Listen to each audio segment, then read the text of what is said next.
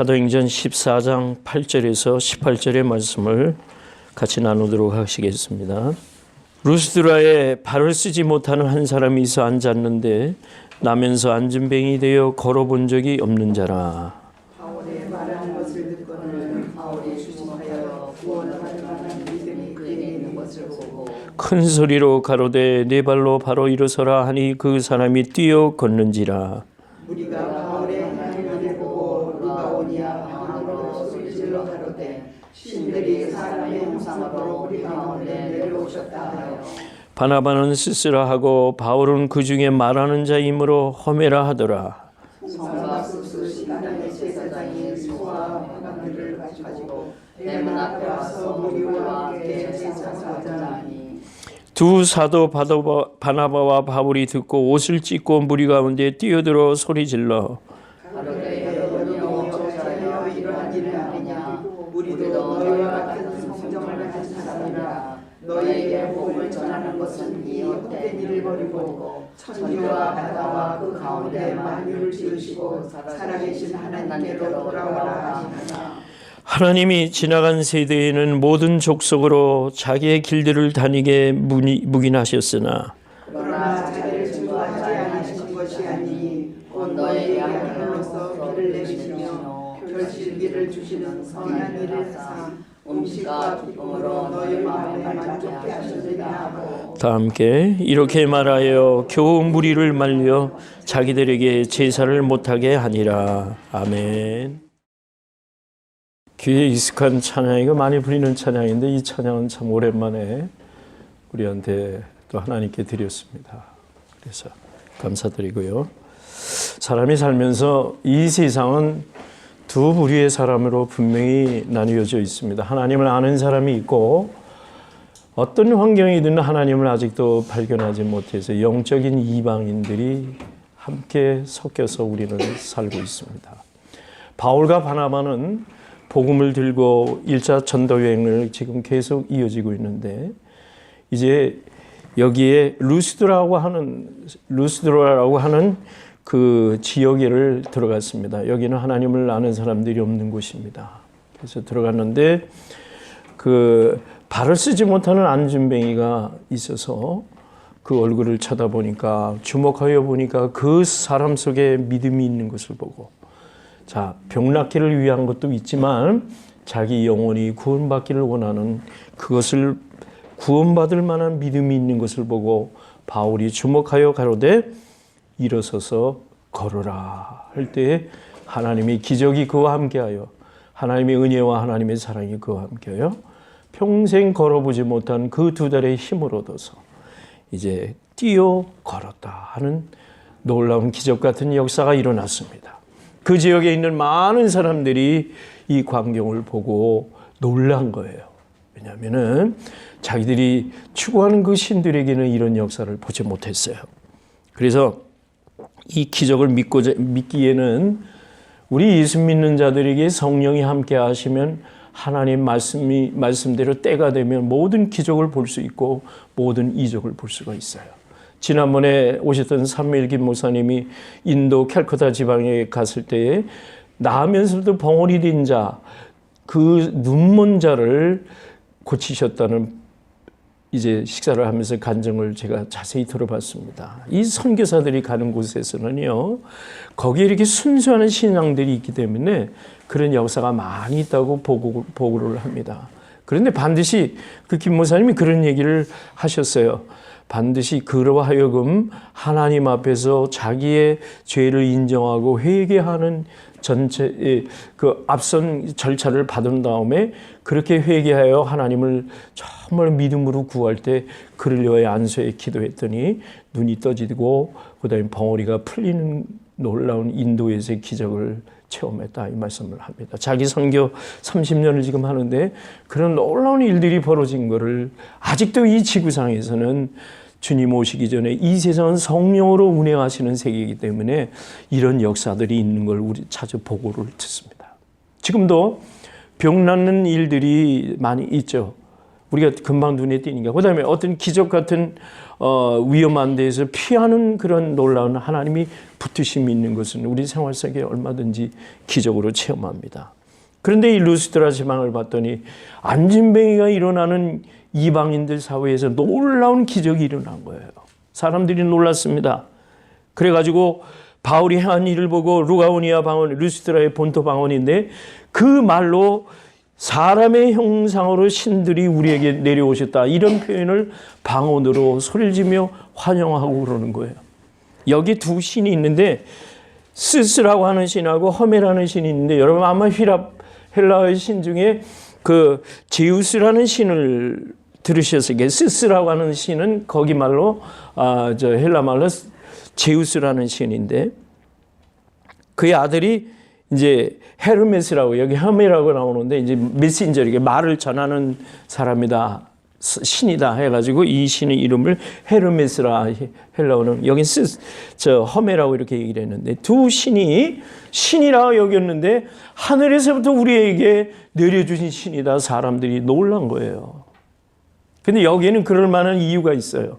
왜 사람들이 두 사람을 바나바와 바울을 보고 왜 제우스 신이요 헤르메스 신이라 하는 그렇게 해서 이들은 하나님의 신이 우리 가운데 나타났다 하는 그 기적을 보고 나타났다고 하는 환호를 지르고 이 사람들이 신당의 제사장에 와가지고 소를 끌고 오고 거기에 화관을 입혀가지고 와서 제사를 하려고 그러는 거예요. 그 당시부터 50년 전에 그 당시로부터 50년 전에 이러한 오비드라고 하는 사람이 그 메타모포시라고 하는 그 책에서 그 전설을 기록해 놓은 내용이 있습니다. 최고의 신이라고 하는 주피터, 제우스 신하고 아들의 머큐리 신인데 헤르메스 신인데 이 두 신이 인간의 모습을 변장을 하고 말하자면 자맹을 하러 나온 거예요. 이 세상에 이제 둘이 이제 아버지와 아들이 인간의 모습으로 신이 그렇게 하고 내려왔어요. 그래서 온 동네를 둘러보는 겁니다. 둘러보는데 저녁이 어두워서 이제 머무르려고 했는데 묵으려고 해서 문을 두드려 봤더니 그 집안에 묵을 수 있도록 안내를 안 하는 거예요. 전부 거절을 하는 거예요. 그래서 한참을 가는데 어느 늪지와 그 습지의 그 강가에 늪지가 있었습니다. 근데 갈대잎으로 지붕을 만든 그 초라한 지붕에 초가집이 있었어요. 가서 노크를 했더니 여기에 그 빌레몬과 바우시스라고 하는 늙은 농부 부부가 문을 열어주고 그들을 안으로 모시고 환대를 하는 거예요. 그래서 편하게 먹을 것을 드리고 그다음에 그 편안한 숙소를 잠을 재워서 그 이튿날 보내드렸어요. 이들은 하늘로 다시 갔어요. 그 신들이 보상을 내려줬지만은 거기에 엄청난 홍수를 내려서 그들을 피했던 모든 사람들에게 홍수의 비온을 일으켰다 하는 그들의 전통적인 그 전설이 있었어요. 그래서 그 신이 다시 우리한테 왔다. 루가디오 지방에 다시 그 두 신이 왔다고 제우스 신과 헤르메스 신이 다시 우리를 찾아왔다. 그래서 이런 기적을 일으킨 거다라고 생각을 하고 이들이 그 제우스 신을 섬기려고 소를 끌고 화관을 와서 제사장이 제사를 드리려고 했던 찰나입니다. 여러분 얼마나 기가 막히겠습니까? 바울이 깜짝 놀라서 바나바와 함께 옷을 찢고 그 군중 가운데 들어간 거예요. 여기 옷을 찢었다는 표현은 뭐예요? 구약에서도 보면은 깊이 회개하거나 참남한 일을 당할 때는 왕도 옷을 찢고 그 가운데 재를 뿌리고 가서 기도하는 모습을 우리는 성경에서 봅니다. 그러한 것으로 자기를 낮추고 내가 왜 어찌하여 너희들에게 신이 될 수 있느냐. 그러면서 그 가운데 뛰어들어가서 소리를 질러 이야기합니다. 여러분 어찌해서 이런 일을 이렇게 어리석은 일을 하느냐. 우리도 당신과 같이 사람의 성품을 가진 사람인데 그래서 복음을 예수 그리스도의 복음을 전하는 것은 헛된 일을 버리고 천지와 바다 가운데 계신 만유의 하나님 앞에 오직 그분만을 섬겨 돌아오라 하기 위해서 이 일을 하는 겁니다. 그래 하나님이 옛날 시대에는 사람들로 다 묵인하셨다 하는, 여기 묵인하셨다는 것은 오래오래 하나님이 참으셨지만은 지금은 이제 여러분이 자연을 조금만 이제 주의하여 살펴보아도 하나님이 살아계신 거, 하나님이 이 세계를 지배하신다는 걸 알 수 있지 않겠느냐. 여러분이 이런 어리석은 일을 거두십시오 하고 이제 소리를 지르며 그들 가운데 바울과 이제 바나바는 이렇게 했던 겁니다. 헛된 일을 버리고 만유 가운데 계신 창조하신 하나님을 온전히 바라봐라. 여기는 자연 계시를 여기서 설명을 드렸어요. 근데 우리가 여기서 조금 살펴볼 거는 앞장에 가면 안디옥에서 복음을 전할 때는 그 지역에 있는 사람들은 그들이 온 유대 율법적인 구약 성경을 예를 들어서 이제 오늘날의 예수 그리스도를 복음을 증거했습니다. 그러나 여기 루스드라와 하는 지방은 복음이 없는 곳이에요. 또 구약의 성경이 없는 곳이기 때문에 이제 바울은 그 제우스와 험의 신을 이제 그 전설을 바탕으로 해요. 자기들이 이제 그들에게 맞는 그런 복음을 전한 거예요. 그래서 선택한 복음의 방법이 뭐냐면 자연계시라는 거예요. 하나님이 비를 내리시고 수확을 거두어서 하는 건 다 결실을 맺어서 우리가 사는 것은 누구의 덕이겠느냐? 다 하나님이 내려주시는 은총이다. 그걸 바라보라. 그 가운데 하나님이 계시지 않느냐. 그렇게 융통성을 가지고 바울은 복음을 전했던 겁니다. 여러분, 우리가 생각해 보세요. 이 자연계의 신비라는 건 놀라운 겁니다. 이 태양빛이 비치잖아요. 그래서 공기 가운데 이 뭐가 많아요? 질소가 있잖아요. 이 질소가 탄소로 변하여 탄소의 동화작용을 일으켜서 이제 식물로 인하여 결실을 맺을 수 있도록 양분을 얻을 수 있도록 이 자연계는 얼마든지 하나님이 하시는 일을 볼 수가 있는 거예요. 놀라운 거는요, 1000년 전에 발견된 연꽃씨가 다시 햇빛을 보고 탄소 동화작용을 했더니 싹이 나와서 꽃이 피었다는 보고가 있어요. 그러니까 그 씨앗에서는 하나님의 생명이 있다는 거예요. 그리고 태양빛에는 질소가 탄소 동화작용을 하기 때문에 식물이 살아갈 때 있는 이 과학적인 것을 지금도 볼 수가 있는 거예요. 여기 그래서 로마서 1장 19절에 보니까 뭐냐면 하나님을 알만한 것이 저희 속에 보였다.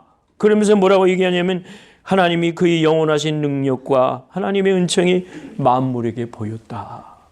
그래서 너희들이 이렇게 직접 전하는 예수 그리스도가 누군가를 복음을 전하는 일을 경험하지 못할지라도 눈만 들어보면은 이 세계가 하나님이 지으신 세계를 영원하신 하나님이 계신 것을 왜 모르겠느냐? 바울은 이렇게 이것을 빗대어서 여기서 설명했던 겁니다. 우리는 여기 바울이 복음 전하는 일에 있어서 얼마나 융통성을 가졌는가를 살펴볼 필요가 있어요. 그들에게 만일에 가서 알지 못하는 구약의 성경의 이야기를 예를 들어서 전달을 했다고 봅시다. 처음 듣는 사람은 모든 게 생소한 거예요. 거기에 하나님이 강요하면서 복음을 전하지를 않고 당신들이 지금 볼 수 있는 이런 접근적인 것을 볼 때 누구나 다 햇빛을 보고 식물을 보고 또 농부가 씨를 뿌려 수확을 거두는 데에서 이것이 하나님의 주시는 은총이 아니겠느냐. 그거를 보여주는 거예요. 우리가 여기서 배우는 것은 뭐냐면 하나님을 설명하는 데 있어서 때로는 복음을 직접 전할 수도 있지만 그 가운데 바울은 융통성을 가진 거예요. 하나님이 살아계신 것을 이들이 하나님은 전통적인 신을 믿는 사람들에게 하나님이 살아계심을, 하나님이 인도하심을 이들에게 전했던 겁니다. 이러한 융통성이 이제 복음 전하는 일에는 필요하다고 볼 수 있습니다. 우리가 살아가면서 자연 속에서 복음을 우리가 어떤 방법으로든 여러분 중에는 이제 모태로부터 얻은 신앙이 계신 분도 있지만 저와 같이 저는 7살 때 주일학교 나가면서부터 하나님을 발견했어요. 하나님을 믿었어요. 그러면 하나님이 택하여 주셔서 여러분들을 어느 순간에 뭐 모태로 나왔던 신앙이든 나처럼 7살 때 친구 따라서 교회에 가서 그때부터 하나님을 발견했던, 오늘 현재로 볼 때는 여러분들을 주님이 다 부르셨다는 거예요. 여러분이 하나님을 찾기보다는 요한복음 15장 16절 늘 인용합니다만, 너희가 나를 택한 것이 내가 너희를 택하여 불러 세웠다 하는 거. 그러면 우리에게 사명을 주셨는데, 너희들이 가서 열매를 맺어 모든 것을 예수 이름으로 구하는 것마다 하나님이 주시리라. 그 열매가 항상 있게 하려 하심이라. 여러분에게는 믿음의 열매, 그 다음에 전도의 열매, 선교의 열매, 하나님이 원하시는 그러한 것들을 주님이 기대하고 계신다는 거예요. 그렇기 때문에 우리가 하나님 앞으로부터 이 사명을 알고 이렇게 지내다 보면은 하나님이 살아계신 것을 얼마나 많이 우리는 스스로 증거할 수 있는지 몰라요. 데일 무디라는 사람이 있습니다. 저 보스턴에 데일 무디가 구두를 지어 포장하는 일을 했었는데, 그가 킴볼이라고 하는 선생님이 와가지고 전도를 했어요. 그래서 그가 이제 그 말씀을 듣고 그 마음에 믿음이 들어가니, 이제 이 세상을 눈을 떠보니까 이렇게 찬란한 태양이 비치는 것도 자기를 축복하는 것으로 보였고, 이제 바람에 살랑거리는 잎새 한 귀에도 이제 축복으로 보여 하나님의 축제라고 봤던 거예요. 이렇게 무디는 나중에 거기에 그렇게 고백을 했습니다. 만물이 환영을 하고 새소리도 나를 위해 이렇게 노래하는 것 같구나. 여러분, 예수 처음 믿어서 이 만물을 보실 때 그런 마음 다 드시잖아요. 야, 이 세계 사는, 그래서 나는 예배하는 마음을 가져야 되고, 이렇게 주일날 나와서 기쁨으로 하나님 앞에 우리는 기쁨과 감사로 예배드릴 수 있는 거예요. 그 중에 이 하나님이 창조하신 세상 중에 내가 하나님을 믿는 백성으로, 하나님을 믿는 자녀로 일컬음을 얻었다는 놀라운 은혜에 감사할 수밖에 없는 거예요.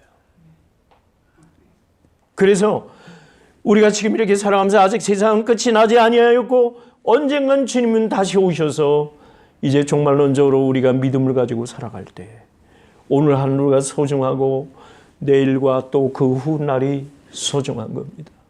그래서 초대교회에 이렇게 바울과 바나바가 복음을 들고 그들이 복음이 없는 선교적인 사명을 했다는 겁니다. 우리 교회도 금년에 이제 선교 좀 많이 하자, 작년에도 선교했습니다만 금년에 선교를 더 중점적으로 우리 교회도 하자. 이 시대는 분명히 하나님이 복음 전하는 일의 이 마지막 과제를 우리에게 주셨습니다. 땅끝까지 이르러 내 증인이 되라고 하셨습니다. 모름지기 우리 교회는 예수님의 증인된 삶으로, 증인된 일로 우리 예배하면서 가능한 한 선교지에, 가능한 한 선교하는 일에 기도와 물질의 후원을 아끼지 말아야 되겠습니다. 그렇게 해서 초대교회는 바울의 선교, 바나바의 목숨을 내놓은 선교, 오늘 이 말씀을 전했을 때 많은 사람이 충동을 해가지고 14장 19, 20절을 보니까 유대인들이 여기에 또 흥분을 해가지고 사람들을 끌어들여가지고 모함해가지고 돌로 바울을 쳐서 죽은 줄로 알고 성 밖에 끌어내쳤다 그랬습니다.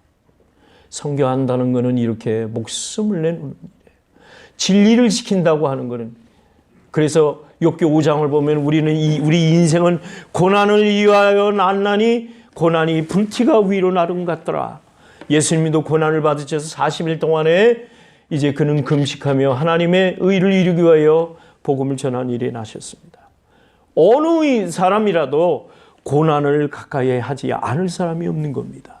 고난을 마땅히 당연히 받아들이고, 오늘 살아가시면서 여러분이 주의 복음의 증인이 되실 때 우리는 말로서도 복음을 전할 수 있지만 여러분의 생활과 삶이 복음 전하는 일에 증거자가 되시는 것이기 때문에 여러분이 힘들고 어려우시더라도 인내하시면서 복음 전하는 일에 우리가 모두 힘써야 되겠습니다. 이제는 핑계댈 일이 없어요. 여기 16절에 보니까 하나님이 지나간 세대는 오래 참으시면서 묵인하셨지만 이제는 이 증거로 복음이 이제 이렇게 지어지고 전해지고 이제는 핑계할 일이 없다. 하나님이 묵인하지 않으신다, 이런 얘기예요. 선택을 주셨다는 거예요. 예수 믿느냐 안 믿느냐. 그래서 하나님의 백성이 되느냐 안 되느냐. 그런 일에 여러분들이 하나님의 온전한 쓰임 받으시기를 주의 이름으로 축원합니다. 사랑하는 하나님 아버지 감사합니다. 루스드라의 전통적인 전설을 따라서 이제 바나바와 바울은 이제 오해를 받아서 그들이 신으로 대접을 받는 일로 이런 일이 일어났습니다. 그러나 옷을 찢어 이들이 복음 전하는 일에 그들로 하여금 바꿔주었던 것처럼 어떤 문화적 환경이든지 우리들은 하나님의 자녀로 이제 주님의 증인으로 이렇게 서지기를 원합니다. 우리 교회가 금년 한 해 이런 선교적 사명을 다하기를 원하오니 하나님이여 우리에게도 이 힘을 더하여 주옵소서. 예수님의 이름으로 기도하옵나이다. 아멘.